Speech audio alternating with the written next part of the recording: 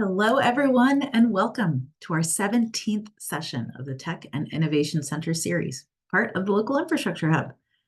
As you join the Zoom and get settled in, I welcome you to share your name, role, and organization in the chat. I see Brendan is getting us off to a strong start. Brendan from Anchorage. Hey, Brendan.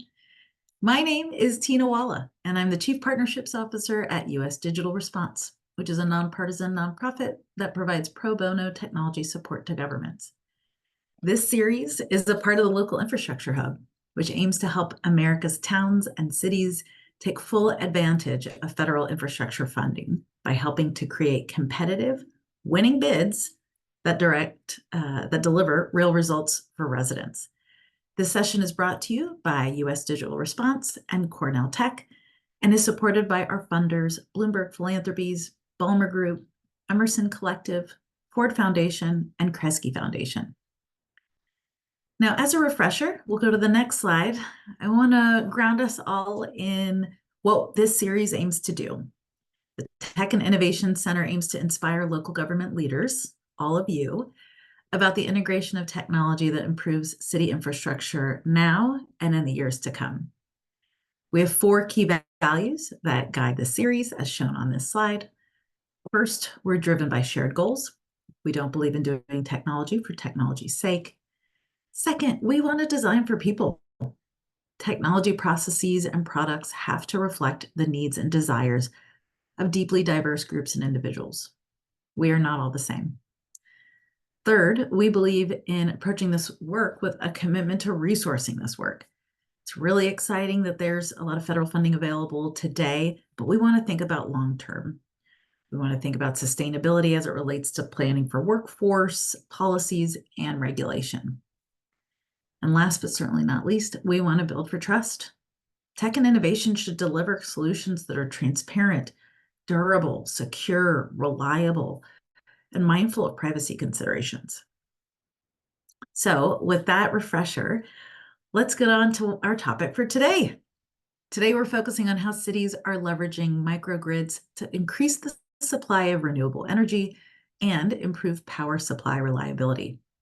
We'll be hearing from the Department of Energy and the city of Chattanooga, Tennessee, about how microgrids can reduce peak power consumption and improve resilience, as well as blended project finance strategies available through the Bipartisan Infrastructure Law and the Inflation Reduction Act sources. As always, we are so excited here to learn about the lessons learned from communities like Chattanooga so that all of you can get real practical insights on what it would take for you to bring this technology to your communities. So as always, I want to make sure y'all are encouraged to drop your questions in the chat for our speakers. We're going to be tracking them and making sure that we have time so that you get your questions answered. Now, to get us started in our discussion today, I'm going to invite my partner, Anthony Townsend from Cornell Tech, to ground us in some context for the discussion. Anthony, over to you. Thank you, Tina, and hello, everyone. I'm Anthony Townsend. I'm urbanist in residence at Cornell Tech's Urban Tech Hub. I see, just based on the chat, we've got a pretty sophisticated audience here, so I don't want to spend too much time on this high-level overview, but if we could go to the next slide, just to make sure everybody's situated and on the same page, just provide some real basic kind of definitions and facts about microgrids, so that we can get off on the right foot. Essentially, a microgrid, if you're not familiar, it's a group of connected loads or users of electrical power. Could be homes, could be other kinds of facilities that are connected to a group of distributed energy resources. Small, modular energy generation and storage plants, typically producing 10 megawatts or less. Microgrids have 3 distinct characteristics. So they're local. They're in a kind of defined geographic area that could be as small as a single building or as large as a college campus or a public facility campus. Microgrids are independent, so they can disconnect from the utility grid and operate in what's called island mode, where they're fully independent. And some microgrids, particularly in remote rural areas, are designed to operate permanently off-grid and never connect to a larger regional power system. And the third characteristic is that microgrids are intelligent. So to function properly, a microgrid needs a central controller that can coordinate the generation of power among these different distributed energy resources, storage of power, and then the supply of power to users, as well as the connection to the utility grid, which can typically run in both directions, either drawing power or sending power. Next slide, please. We're here today to talk about the resilience benefits of microgrids. And there's really three that we see as being most important. The first is this ability to disconnect from the utility grid during an outage. And that basically just allows for continued operation of the local power system, even if things go haywire elsewhere. The intelligence that the controller in a microgrid allows you to do is prioritize different users, different facilities within the microgrid in very sophisticated ways that you can use to mitigate social and economic costs of disruptive events. So making sure that medical facilities, government facilities, or even facilities for distributing essential resources like grocery stores get prioritized and have a reliable source of power during a crisis is a very powerful capability. And then, in the sort of emerging benefits is that this isolation can also protect critical energy systems from some types of cybersecurity threats that might propagate through other networks. Microgrids also introduce their own set of cybersecurity issues. So this is, I think, something where the understanding and the state of the art is evolving very quickly. It's something we're increasingly concerned with. Next slide. So just the real general high-level design considerations for microgrids. And throughout these slides, you'll see a number of resources that we have cribbed these notes from. This happens to come from a really useful publication from Sandia National Laboratories. It was a design guidebook. And these are really just kind of the first three questions that need to be asked. Is the microgrid going to be connected to the utility grid?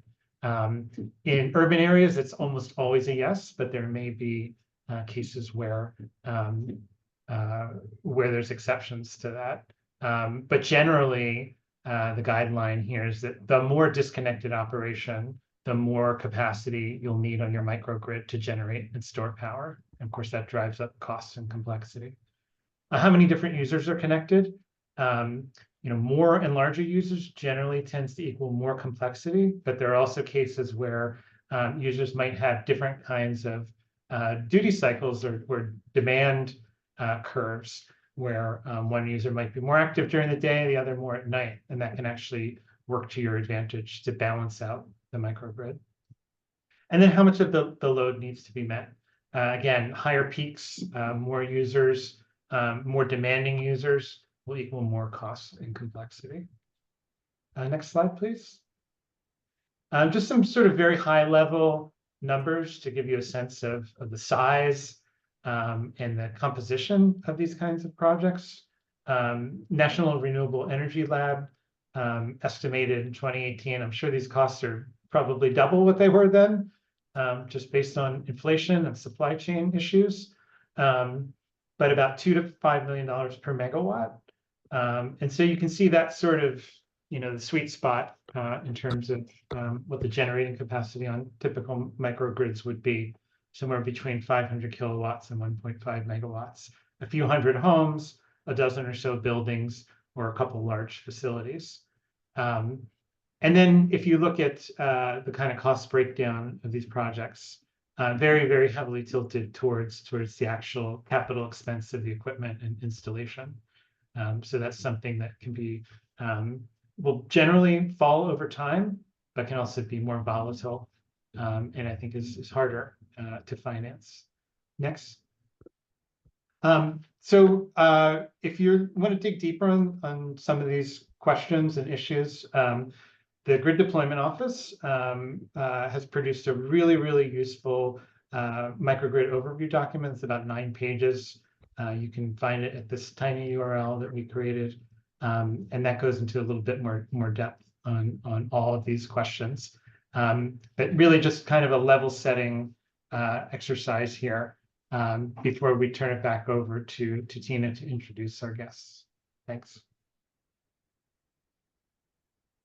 Thanks, Anthony.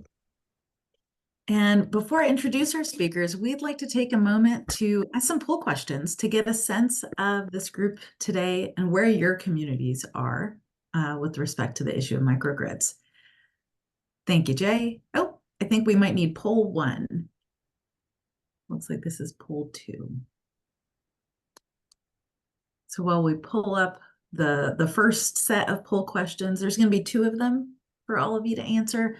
First, how much do you know about microgrid technology? Just to give our speakers a sense, thank you, Jay, of where everyone's knowledge is at this point. As I've said in previous sessions, don't be shy around saying, I've never heard of it. That's where I've ended up on some of these. And then the second question, what's most interesting about microgrid technology for you and your community?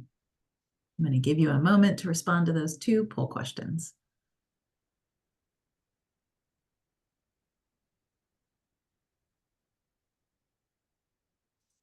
As you get those answers in, I'm going to take a moment to welcome Carly Burke, External Affairs Advisor with the U.S. Department of Energy's Grid Deployment Office. Carly is going to share with us some really valuable information on federal funding for microgrids and the types of demonstration projects they've supported. Thank you, Jay. This is great to see a level of sort of what folks' backgrounds are. Carly, if you see these poll results, that might be helpful to you. But let me hand it over to you, Carly, to tell us a little bit about what the Grid Deployment Office has been excited about. Thank you so much, Tina. I think if you don't mind going to the next slide. Thank you. So my name is Carly Burke. I am an External Affairs Advisor with the Grid Deployment Office at the Department of Energy. And like Tina said, I'll be talking today about some of our funding opportunities, specifically with respect to our grid resilience funding opportunities that we administer that include opportunities for microgrid deployment. If you go to the next slide, please. I just wanted to take a minute to orient the audience a little bit on the Grid Deployment Office, our origin and our mission and goals. So really quickly, I'll say, historically, the Department of Energy's core mission has been, in a nutshell, to enhance the nation's nuclear security and pursue world-class science and engineering, which has meant tremendous investment in early-stage energy research and development, R&D. But the historic investments from the Bipartisan Infrastructure Law and the Inflation Reduction Act tasked DOE with a new mission of demonstration and deployment of energy technologies, which are now less expensive, better performing, and playing a rapidly growing role in the U.S. energy economy, like microgrids. So in response to this new mission of demonstration and deployment, DOE established a new Undersecretary of Infrastructure in 2022 to serve as the demonstration and deployment arm of the agency. And the Grid Deployment Office was created as part of this effort to help steward new funding from the Bipartisan Infrastructure Law and the Inflation Reduction Act in pursuit of these 3 key goals: ensuring resource adequacy by supporting critical generation sources and expanding and enhancing electricity markets, catalyzing the development of new and upgraded high-capacity electric transmission lines, and presenting outages and enhancing the resilience of the electric grid through grid modernization. If you go to the next slide, please. So through our grid modernization efforts, GDO administers a few distinct grid resilience funding programs from the Bipartisan Infrastructure Law, all of which I'll talk about more in depth. The first is our Grid Resilience State and Tribal Formula Grant Program, which is funded through Section 40101D of the Bipartisan Infrastructure Law. And then the second is our Grid Resilience and Innovation Partnerships Program, or GRIP, which many folks here may or may not have heard of, which was funded under Sections 40101C, 40107, and 40103B of the Bipartisan Infrastructure Law. Next slide, please. Starting off with our Grid Resilience State and Tribal Formula Grant Program, this is a $2.3 billion program offering non-competitive formula grants over 5 years to strengthen and modernize the grid against wildfires, extreme weather, and other natural disasters. These are explicitly available to states, territories, and tribes based on a formula that incorporates population, land size, probability and severity of disruptive events, and a locality's historical expenditures on climate mitigation. As of this month, June 2024, we've actually awarded more than $800 million thus far in formula grants to states, tribes, and territories. And that is for the first 2 years of the program, covering fiscal years 2022 and 2023. So we anticipate making awards over the next 3 years as well through fiscal year 2026. Over the past few months, states have opened competitive selection processes to identify projects to deploy this grid resilience funding and to subgrant it to eligible entities in their jurisdiction. Our map on the right here shows the status of those competitive solicitations at the state level. As you can see, some states have competitive solicitations open right now. Several states have already opened and closed their solicitations. But like I mentioned, we anticipate making these awards over the next 3 years as well. So this is grid resilience funding that will be coming down the pike into states for the next several years. On our website, we have a full list of states, tribes, and territories that have been awarded, as well as the state agencies that are responsible for administering this funding. Next slide, please. The second program, like I mentioned, is our Grid Resilience and Innovation Partnerships Program, or GRIP, as we affectionately call it, and I'm sure many of you are familiar. This is a $10.5 billion competitive program to help address aging infrastructure, the increased threat of extreme weather, consistent underfunding to replace and modernize existing transmission and distribution systems, and to enhance grid resilience overall. So we actually announced the first round of GRIP selections last October. I think you'll be hearing a little bit more about a GRIP project later in this webinar, and we anticipate announcing another round of selections this fall. We are tentatively opening a third round of funding later this year, but we don't have any more information we can offer today about timing or details about that third round of funding. So GRIP actually includes 3 distinct grant programs. The first are utility and industry grants, which are grants available to the private sector to strengthen and modernize the electric grid, with a focus on grid hardening, like undergrounding wires, vegetation management, improvements in fire and weather resistance. I want to flag that under this grant, new generation is ineligible for funding. New generation here refers to any equipment or software that will be used to generate electricity, including distributed sited solar. However, purchasing equipment or software, including for the use in microgrids or to integrate renewables, is eligible for funding. This grant program also includes a 100% cost match for recipients. The second is our Smart Grid Grants program. These are grants that are available to both the public and private sectors to increase the flexibility, efficiency, and reliability of the electric power system. We are supporting technology investments that will increase how much power the grid can handle, prevent faults that may lead to wildfires or other disturbances, integrate more renewable energy, and facilitate the integration of EVs, buildings, and other devices. I will say for the second round of funding that we will be announcing later, for the selections of which we will be announcing later this year, we were looking to prioritize projects that deployed advanced grid technologies, including grid enhancing technologies like DLR to increase transmission capacity on existing rights-of-way, and facilitate faster interconnection of renewable energy resources. Smart Grid Grants includes a 50% cost share for recipients. I'll add that as well. And then our last program, our Grid Innovation Program, are grants available to the public sector to deploy projects that use innovative approaches to transmission, storage, and distribution infrastructure to enhance grid resilience and reliability. And I'll highlight examples from all of these grant programs. This one, the Grid Innovation Program, includes a 50% cost share for recipients. Next slide, please. Taking a moment just to give a brief overview of the first round of GRIP selections that we announced in the fall. So through the first round, we're investing nearly $3.5 billion to support 57 projects in 44 states, which represents the single largest direct investment in critical grid infrastructure in U.S. history.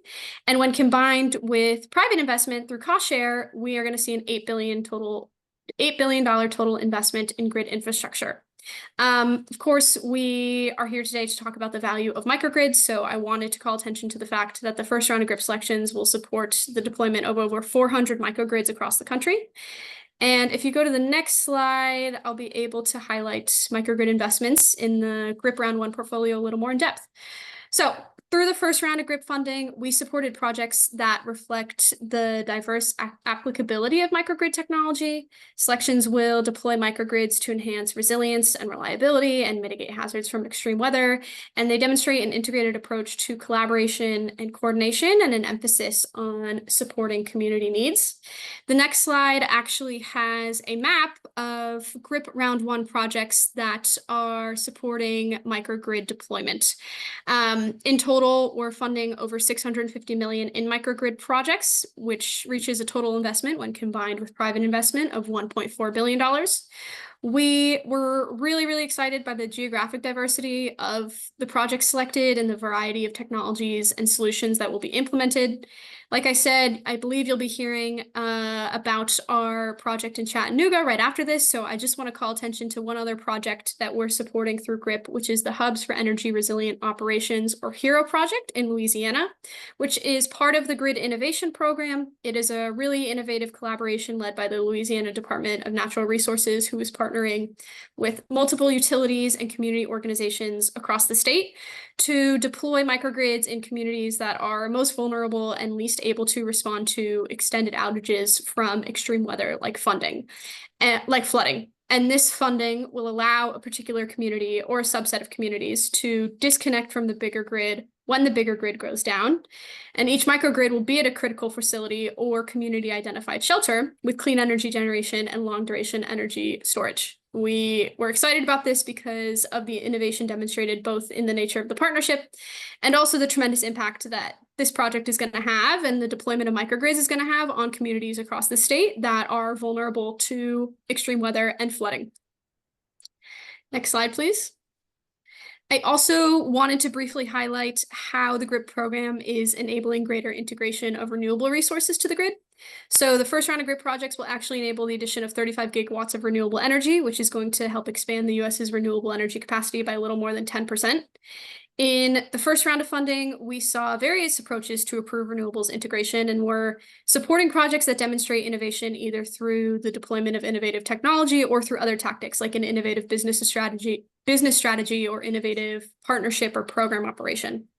One of the trends we saw that I'll call attention to was an emphasis on the value of distributed energy resources and the ability to manage and observe those distributed energy resources as an avenue to utilize distributed renewable generation. The next slide similarly contains a snapshot of the projects we're supporting through the first round of GRIP funding that will advance renewables integration. I will say there were two main themes that emerged across these projects. The first being that we supported several large high voltage transmission projects. So for example, we called attention to a project between the Confederated Tribes of Warm Springs and Portland General Electric that will upgrade a transmission corridor in the region and unlock up to 1.8 gigawatts of new clean generation capacity.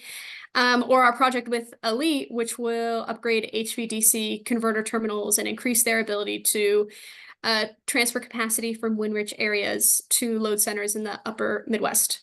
The other theme that emerged, which I touched on in the previous slide, were projects focusing on managing distributed energy resources to improve the capacity of the distribution system to integrate renewables, as you can see through some of the other projects we've highlighted, like those with Tri-State Generation and Transmission and National Grid.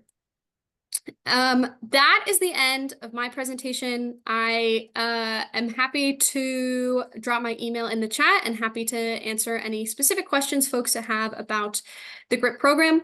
I will say on our website, we have a list of all of the projects that we have funded through the first round of GRIP funding, which provides insight into some of those projects that will be deploying microgrids across the country. I'll also drop my email in the chat and emphasize that the Grid Deployment Office wants to be open and accessible and wants to make sure we can answer any of your questions as you are navigating all of the federal funding opportunities available through the Department of Energy and other federal agencies. But thank you very much, Tina and Anthony and Jamie, for having me today, and I will turn it over to you. Thanks so much, Carly. That was a lot of really great information. And Carly, you've already got one question from Mary in the chat. I've been keeping track of questions, so folks, keep them coming, and our speakers can either answer them in chat, as we saw Anthony do a moment ago, or I'm going to invite folks to ask questions on camera after we hear from Chattanooga. So if we can go to the next slide, I'm delighted to introduce our speakers from Chattanooga. Joining us are Eric Schmidt, the Sustainability Director for the city, and Jim Glass, Assistant Vice President of Smart Grid for EBP Chattanooga. And you may have seen on Carly's map that Chattanooga project that was referenced. We're going to hear a bit of that from Jim. Now, I'd like to invite Eric and Jim to share a bit about their work. And again, while they're presenting, keep the questions coming in the chat and we'll make sure we get answers. Eric, let's start with you. Great. Thanks so much for inviting us to be a part of this. It's great to share Chattanooga's story and to be on here with our critical local partner, EPB, who's been with us every step of the way, essentially on our sustainability and resilience journey. So it's great to be here together. If we go ahead, go to my first slide, I guess.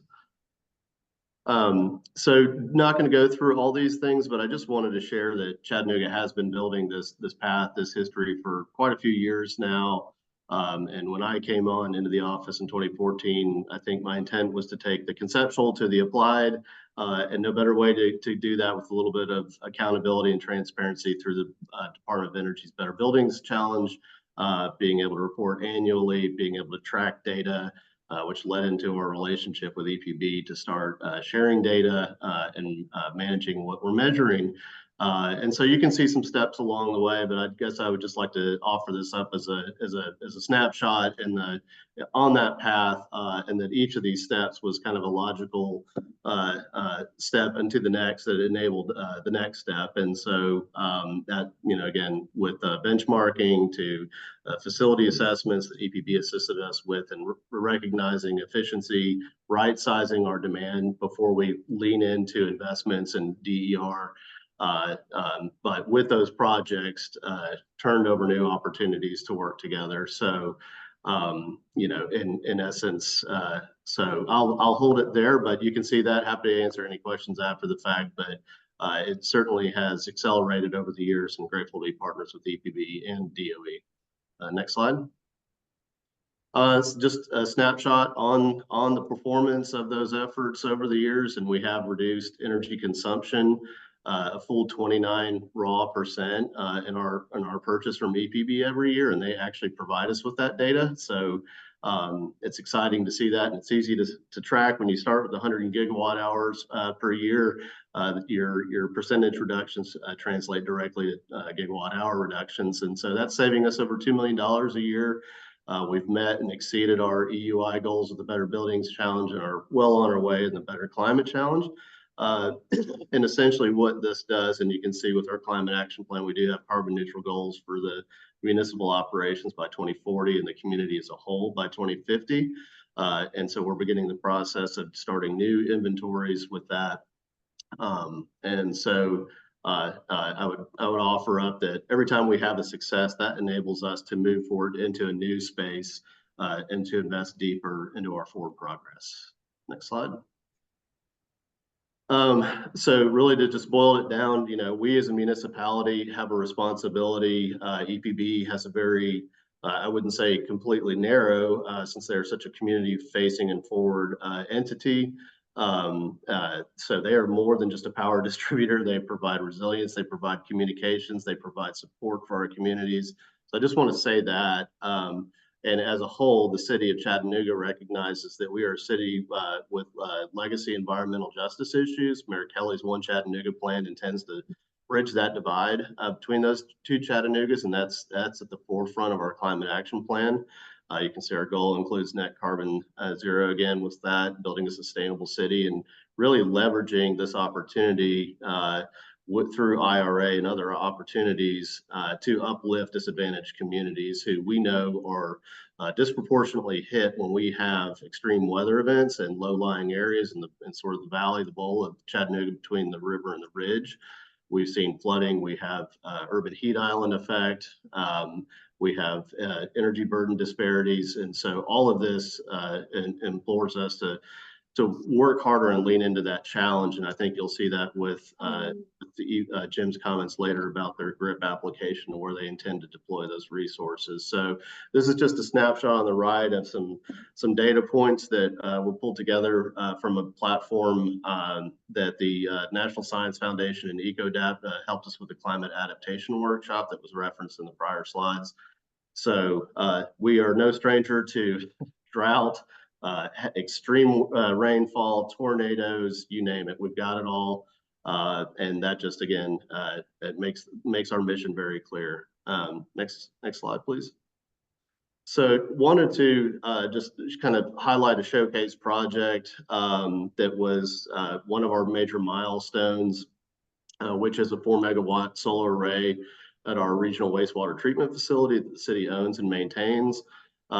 This is saving us significant savings, but more importantly, it's providing over 10% of baseload power behind the meter. In addition to serving our customers, we're concerned as a good, responsible Tennessee Valley municipality. We're concerned about our downstream neighbors. And so maintaining water quality in the Tennessee River, which is a key element of Chattanooga's quality of life and others, we want to make sure that's taken care of. And so during the process of developing that project, the EPB and the city went after Department of Energy's Solar Technologies Office grant. And while we weren't awarded that grant, it provided us an opportunity to start to work together to identify potential areas where we could build resilience in our associated assets with the regional plant. Weren't awarded, but we had money in the bank, basically, in our budget set aside. And so we went straight back to work to the drawing board and started to develop a concept about a microgrid. And I think we can switch to the next slide. So we had several $100,000 each, over $1 million combined, which we later added to fulfill the needs of the project. But we literally rolled out the maps together and looked at what our critical assets were across the city and landed on our police service center, which is co-located with the county managed 911 center and then also houses our emergency operations center. While the county had some resilience in terms of dual fuel generators, the city side was highly undersized for our needs. And is a significant energy consumer due to the age and complexity of the building, the way that it was added on to over the years. Our fire department headquarters are immediately adjacent to this site and are also included on the microgrid, and as well as a Tennessee Valley radio communications network that provides communications for hospitals, universities, and all number of emergency response. So this was a very logical location, and it allowed the city's engineering division and facilities management to work together with EPB from a very technical side, as well as our design consultants to pull together a project and really give us some real world experience. And so building up this project and obviously leaning on EPB's prior experience.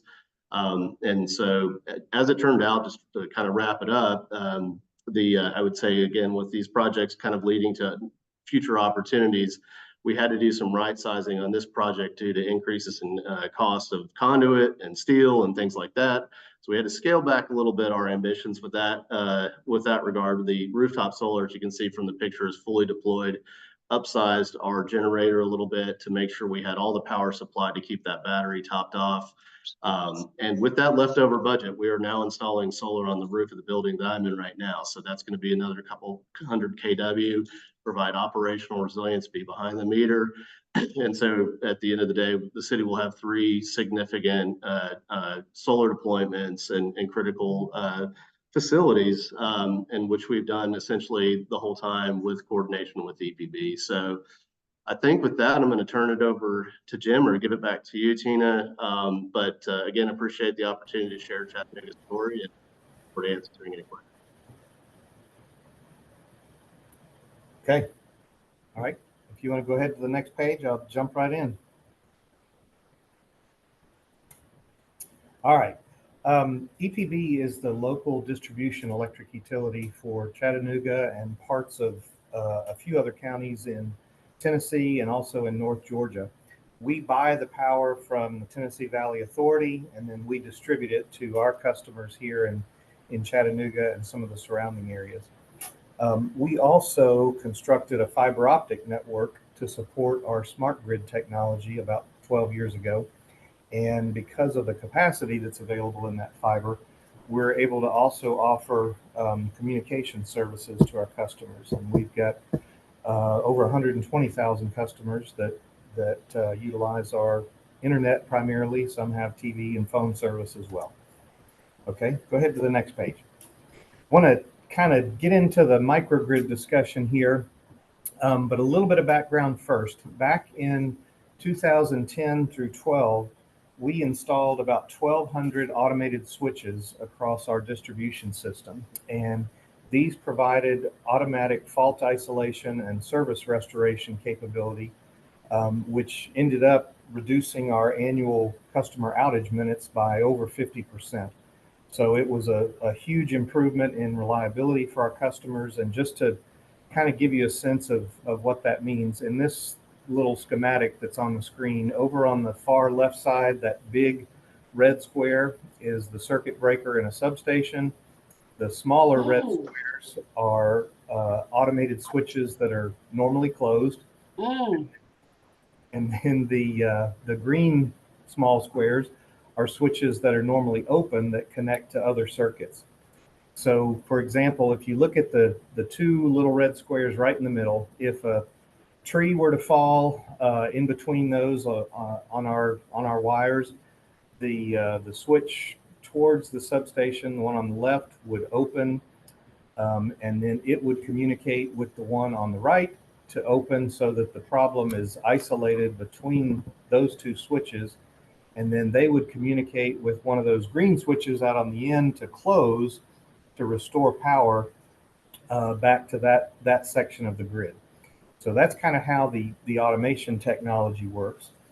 And what we didn't realize at the time was that this also created the capability for us to essentially break up our entire distribution system into small sections between these switches, roughly 1 megawatt each between the switches. And back in 2016, we partnered with the University of Tennessee at Knoxville and planned a microgrid concept for this circuit, which is at the airport here in Chattanooga, where the airport had recently installed about 2 megawatts of solar PV that was interconnected right into our system. And as part of the project, we installed a battery system, as well as eventually, or a little later, a natural gas generator for longer duration events.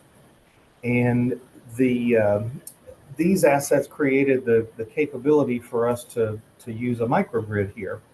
And there are a couple of things that are kind of unique about this. The first one is that it wasn't for an individual building or maybe a campus, but it was actually a microgrid that was made up of our distribution system. So it served a pretty large number of customers in this area. The other thing that was unusual about it was a concept that we call dynamic boundaries. And what that means is, depending on a load forecast of how much load we're expecting to serve in between these switches, and how much energy is available from the solar PV at the time, or maybe based on the battery state of charge, the boundaries for this microgrid can expand or contract using these automated switches. So if you look down at the bottom right, the solar and the battery and the generator are all connected in that last section between the red switch and the green switch. And so that would normally be how we would start the microgrid, is between those two switches. But depending again on how much solar PV was available, we could expand one or two other sections back towards the substation if we needed to. So that was kind of a unique feature that was part of this microgrid. And this was commissioned back in 2019. This doesn't serve the airport terminal itself, but there are some critical FAA facilities that are in this area. The reason it's where it is because that's where the solar PV was. It's kind of on the backside of the airport runway, but that's where the FAA equipment was. And so that was the critical customer that we wanted to improve resiliency for. Okay, go to the next page and we'll talk more specifically about the Police Services Center that Eric mentioned.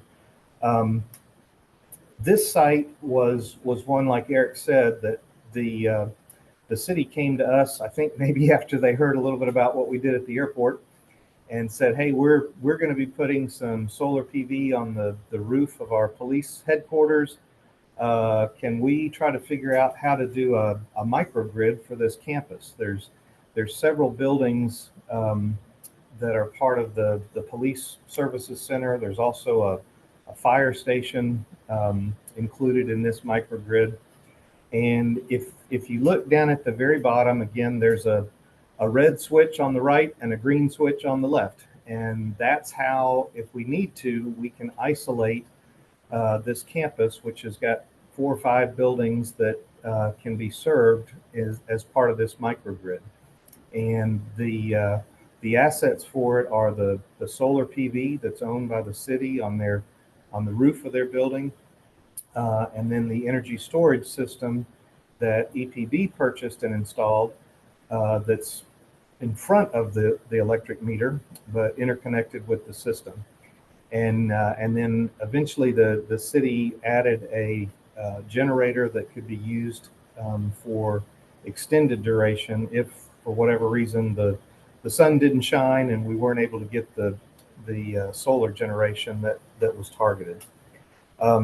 This one was commissioned in 2022, and and obviously again, this was one that was targeted at critical facilities such as the police headquarters. If you go to the next page, I'll show you where we're kind of moving into now. This is one of the projects. Whoa, something didn't translate quite right on this. One of the projects we're working on right now. It's at the very edge of our service territory, and a couple of these things didn't come out quite right on this version. But anyway, there is a substation down at the bottom left of this image. The red circuit runs straight up north to the end of our service territory, doesn't connect to anything else. And the light blue circuit runs towards the east and ends at the Tennessee River. And the little red dots, again, are the automated switches. They're actually, it looks like one of them's across the river, but it's actually not. I think that was something happened in the translation here. So all those red dots are on the blue circuit, and actually the little yellow square should be just about at the edge of the river, also connected to the light blue circuit. And the idea here is that in these areas, the distribution automation can isolate a problem, but there's no alternate source to provide power at kind of the back end of the circuit. And so what we're doing is installing the energy storage system at the end of the circuit to be that alternate source. This one is currently in progress, and we are hoping to have this one in service targeting the end of this calendar year to have this one up and running. So this is kind of the type of design that we're more focused on now. Initially, we worked on some critical facilities that were more in the middle of town, but those, they had pretty good reliability, but they were some critical customers, and we wanted to make sure that we provided good service to them. Now we're moving out into some more remote areas of our service territory, such as this one in an area we call Sail Creek. All right, go to the next page, please. I think Carly mentioned earlier, EPB received one of the GRIP grant awards. It was announced back in October. And as part of this award, we'll be constructing 6 more microgrids, similar to the one that we just talked about. They're out at kind of the edge of our service territory in areas that have had historically poor reliability because they don't have connections to other circuits. So that'll be a big component of our GRIP project. In addition to that, we are planning to convert from overhead to underground about 250 circuits where we've had historically poor performance, and planning to convert those to underground to try to ride through some of the storms that we have here in Chattanooga.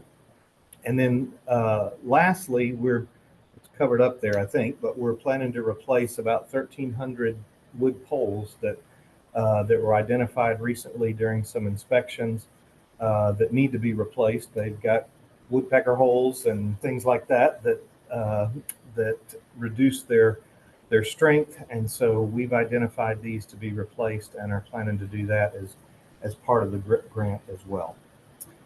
You can go to the next page, and I'll wrap up with this. Part of the GRIP plan includes, what does this do for the community? And certainly the reliability benefits are huge. The annual customer outage minutes that we'll be able to reduce is a significant number for Chattanooga. And there's actually a way that you can monetize those kind of benefits. The Department of Energy came up with something a number of years ago called the ICE calculator that actually puts a dollar figure on reliability improvement. And so when we take that 2.8 million customer outage minutes avoided each year and monetize it, it ends up being a pretty significant impact for the residents of Chattanooga. This is not a financial benefit to EPB, but it's a benefit for our customers in terms of lost productivity for commercial customers, in terms of aggravation or could be food spoilage for residential customers, but it's a pretty significant number. And then the other things that are going on, there is a tremendous amount of workforce development that'll be taking place as part of this project. Some in terms of preparing future linemen to work in our industry, but also we're working with the local community college to develop some IT courses and strength and kind of in that pipeline for our company, but also for the other companies here in Chattanooga. And then there's certainly some environmental benefits associated with reducing the number of truck rolls we have to make for outages and things like that. So I think that was it for what I wanted to cover on the microgrids. And I think, let's see, I'm not sure who we're turning things back over to, but I'll take it from here, Jim. Thanks so much. All right. Jay, if we can bring the slides down and spotlight our speakers. What I'm going to do, I know we've got about 10 minutes left. I'm going to ask Jay to pop up our second set of poll questions. First, we want to know if these deep dives, these presentations from Carly at DOE and Eric and Jim in Chattanooga, have they helped you to grow your understanding of microgrid technologies? Also want to give a shout out to the sort of the broader context Anthony shared at the outset. Second question is around what might prevent you from considering microgrids in the near future for your community? So while you consider, or while you think about those questions, I've got one question for each of our speakers. Carly, I'm going to start with you, and then we're going to come to Eric and then Jim. My question is, what's a piece of practical advice that you have for cities on our call today as they think about sort of bringing microgrid technologies to their community? Carly, what's one piece of advice you have? Yeah, thank you, Tina. I think what I want to emphasize and something that was highlighted in the EPB presentation is how we are really looking for how GRIP projects will support communities and enhance grid resilience and mitigate the impact of extreme weather. The community benefits plans were mentioned, and those are a key piece of the GRIP application because they demonstrate how the project that you were requesting funding for is really going to benefit and uplift the community, either through reduced duration of outages or through workforce development or through other initiatives. We are really looking for projects. We are looking to deploy funding for projects that are going to enhance grid resilience and uplift the community overall. So I would just say, if you're looking into the GRIP program, making sure to not brush that community benefits piece aside. It's a key piece of the application.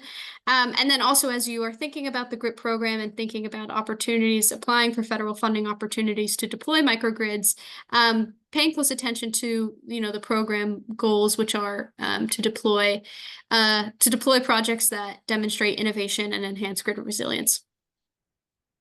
Thanks, Carly. Eric, how about you? One piece of practical advice. Oh, you're on mute, Eric. See that. Sorry about that. I saw a comment about maybe some challenge with working with your local utility, and I just want to reiterate EPB's value, and that cannot be overstated. That's not lost on me any day. And while we can't change that, for any given locality, certainly we're part of the Southeast Sustainability Directors Network, USDN.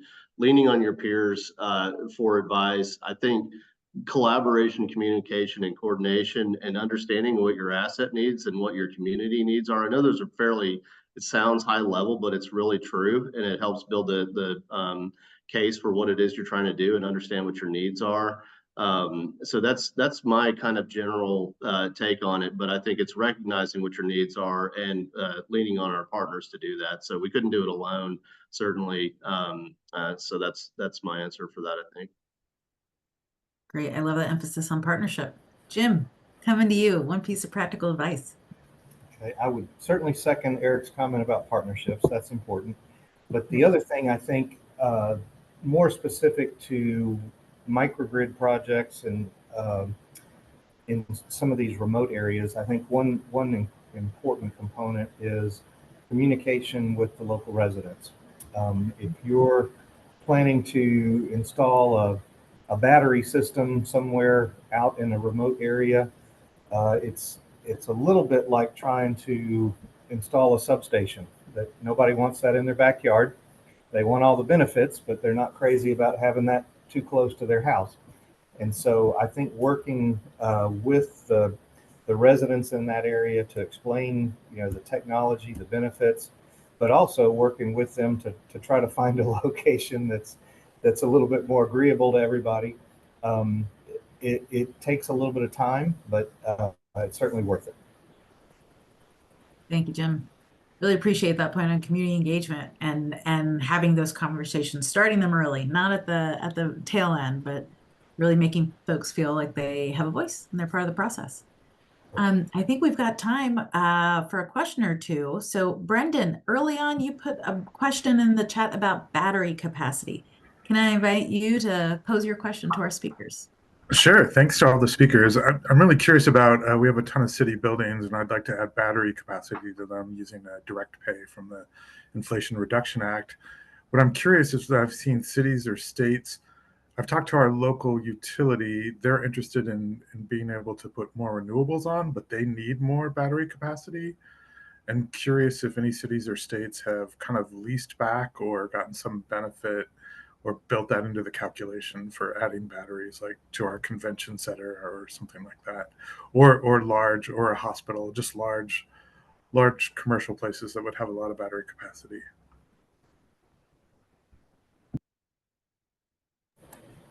Is the question about kind of how the either the battery owner or the beneficiaries could see some better financial return from the investment? Yeah, some better financial returns Okay. would be the best, and then more just community support if at a minimum. I think the utility's interested in it. Just curious if anyone's kind of utilities have a ton of regulations, so that gets a little tricky. And this may be a little different for every utility, but in our case, I mentioned earlier that we buy power from TVA, Tennessee Valley Authority, and so we pay an electric bill every month, just like everybody else. Our bill is based on not just the kilowatt hours that we buy, but also the highest peak demand during the month. And so we utilize these batteries to discharge during those peak hours every month. And that reduces our peak demand, which means we don't have to pay TVA as much money that month, which lowers our costs. But it also means that that TVA is not having to use as much of their least efficient generation. So it just kind of works all the way upstream.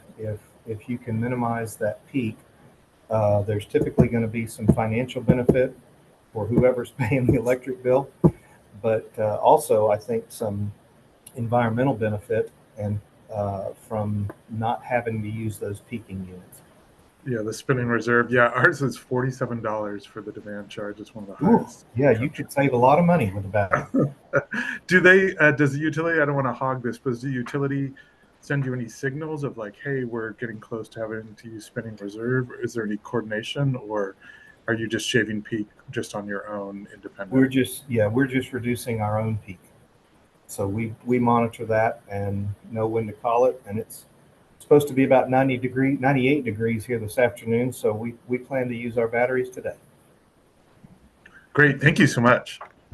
Thank you, Brendan, for the question. Jim, thanks for sort of shedding some light on what that looks like. And in particular, I think it's valuable to be thinking about in these conversations, while there's federal funding available, still thinking about like what are opportunities to be most cost effective.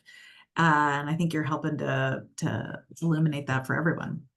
Well, folks, Eric, did you want to add something? I was just going to add one small thing that certainly with the 10-year span for elective pay, we're going to be thinking about it in terms of our financial stack and plans as far as what we'd like to do and invest in from an infrastructure standpoint. So I just want to say yes, that and as I understand it, that can be stacked with grant funding as well. So it's a compounding effect. It's a great time to make hay while the sun's shining. So just want to confirm that.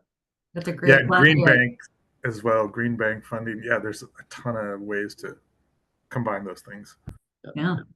Well, everyone, we're almost out of time, unfortunately. I feel like we could have extended this another half hour and had more time for discussion. So let me first just say thanks to our speakers and to all of you for participating in today's session. I'd like everybody to save the date for our next Tech and Innovation Center series session on Wednesday, July 24th, where we're going to be discussing broadband for multifamily housing, building on some past sessions we've had on the broadband topic. Also want to remind you that the Local Infrastructure Hub website is a great way to see upcoming events. Want to put a plug that Jamie put in the chat. There's some great resources like the Investing in High Quality Infrastructure Jobs Toolkit.